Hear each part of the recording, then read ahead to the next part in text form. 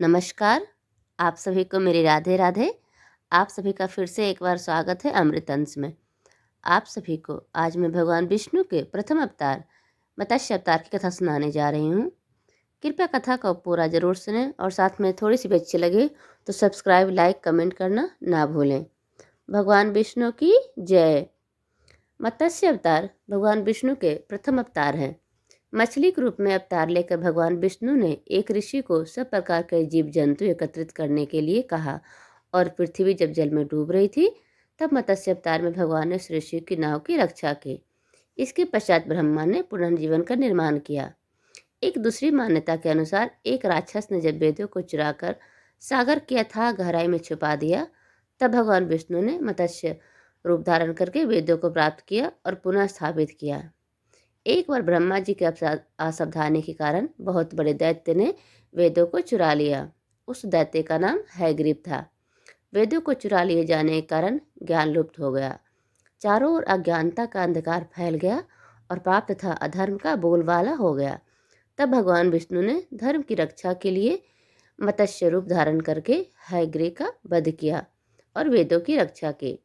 भगवान ने मत्स्य का रूप किस प्रकार धारण किया? कल्पांत के पूर्व एक पुण्यात्मा राजा तप कर रहे थे। राजा का नाम सत्यव्रत था। सत्यव्रत पुण्यात्मा तो था ही, बड़े उदार हृदय का भी था। प्रभात का समय था, पर सूर्योदय हो चुका था।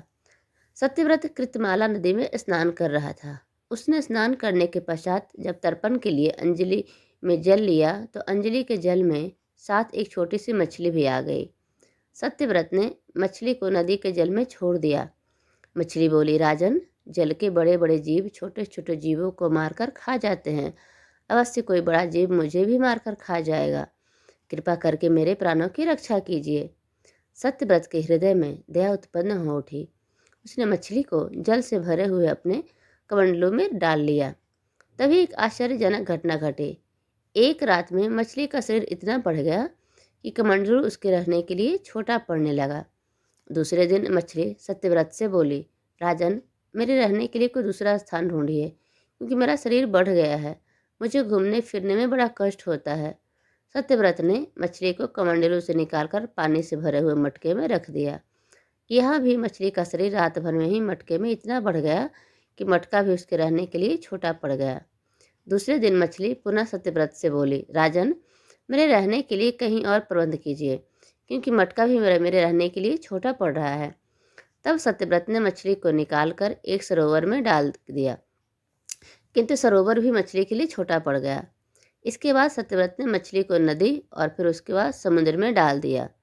आश्चर्य, समुद्र में भी मछली का शरीर इतना अधिक बढ़ गया कि मछली के रहने के लिए वह छोटा पड़ गया। अतः मछली पुनः सत्यव्रत से बोली, राजन, यह समुद्र भी मेरे रहने के लिए उपयुक्त नहीं है। मेरे रहने की व्यवस्था कहीं और कीजिए। अब सत्यव्रत विस्मित हो उठे।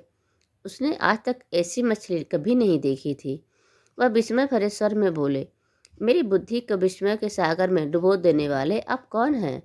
मत्स्य रूपधारी श्रीहरि ने उत्तर दिया, राजन, हैग्रीव नामक दैत्य ने वेदों को चुरा लिया है। जगत में चारों ओर अज्ञान और धर्म का अंधकार फैला हुआ है। मैंने हैग्रीव को मारने के लिए मत्स्य का रूप धारण किया है। आज से 7वें दिन पृथ्वी प्रलय के चक्र में फिर जाएगी।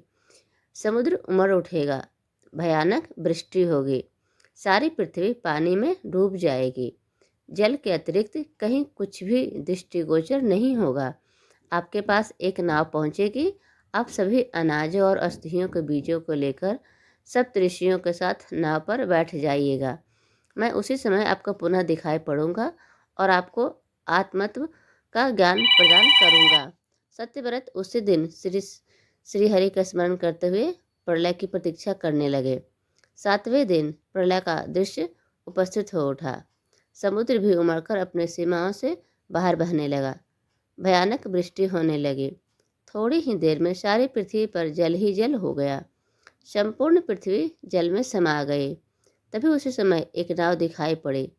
सत्यव्रत सप्तऋषियों के साथ उस नाव पर बैठ गए। उन्होंने नाव के ऊपर संपूर्ण अनाजों और औषधियों के बीज भी भर लिए। नाव प्रलय के सागर में तैरने लगी। प्रलय के उस सागर में उस नाव के अतिरिक्त कहीं भी कुछ भी दिखाई नहीं दे रहा था। सहसा मत्स्य रूपी भगवान प्रलय के सागर में दिखाई पड़े। सत्यव्रत और सप्त ऋषिगण मत्स्य रूपी भगवान की प्रार्थना करने लगे। भगवान से आत्मज्ञान पाकर सत्यव्रत का जीवन धन्य हो उठा।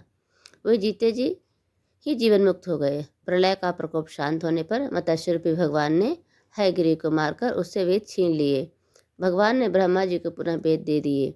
इस प्रकार भगवान ने मत्स्य रूप धारण करके वेदों का तो उद्धार किया ही, साथ ही संसार के प्राणियों का भी अमिट कल्याण किया।